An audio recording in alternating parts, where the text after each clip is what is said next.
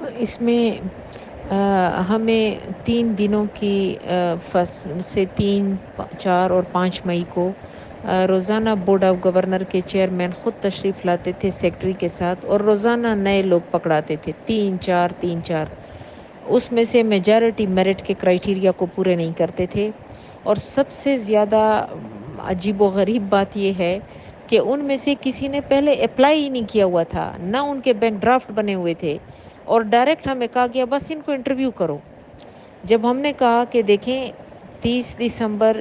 دسمبر 2022 کو اس کے اپلائی ختم ہو چکی ہے، اس کے بعد ہم نئے اپلیکیشنز انٹرٹین نہیں کر سکتے بائی رولز، تو مجھے انہوں نے کہا کہ آپ آرگومنٹس مت کریں اور آپ یہ کریں جس طرح ہم آپ کو کہہ رہے ہیں۔ اس کے بعد یہ انکشاف ہوا 4 مئی کو، لیپ ٹاپ لے آئے اور انہوں نے زوم لنک لگا دیا، سیکٹری ان کے ساتھ تھے۔ انہوں نے کہا کہ بس آپ یہ انٹرویو کریں۔ وہ جو ڈاکٹر تھی وہ ڈاکٹر مقبول احمد کی وائف تھی۔ ڈاکٹر مقبول احمد بی او جی ممبر ہے۔ وہ جس وقت بی او جی میں انڈکٹ ہوئے وہ سول سروس میں تھے۔ انہوں نے یہ بات گورنمنٹ سے بھی چھپائی ہوئی تھی، خود اتھارٹی سے بھی چھپائی ہوئی تھی، اگر گورنمنٹ کا حصہ ہو تو آپ بی او جی ممبر نہیں بن سکتے۔ اس کا بھی میں آپ کے ساتھ ثبوت شیئر کرتی ہوں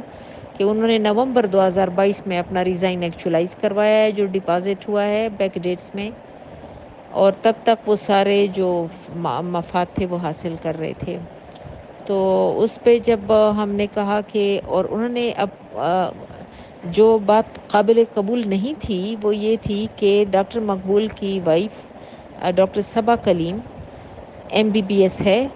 ایم فل ہے پیتھولوجی میں، اور وہ یہ چاہتے تھے کہ ان کو اسسٹنٹ پروفیسر لیا جائے ڈینٹل اورل پیتھولوجی میں۔ اب ہم بی ڈی ایس کے ایک ڈاکٹر کو ڈراپ کریں گے، جس کا حق ہوگا، حقدار ہوگا، اس کو ڈراپ کریں گے، اور اس کی جگہ مقبول احمد کی شریک حیات کو لیا جائے گا، صرف اس لیے کہ وہ بورڈ آف گورنر کے ممبر کی شریک حیات ہے، وہ ایم بی بی ایس ہے، بی ڈی ایس کا کرائیٹیریا نہیں پوری کرتی، وہ ملتان میں رہ رہے ہیں، وہ صرف تنخواہ میں انٹرسٹڈ ہیں۔ دوسری ڈاکٹر لیزا خان تھی، یہ ڈاکٹر مقبول کی وائف کی کزن ہیں، ان کی قریبی رشتہ دار ہیں، اور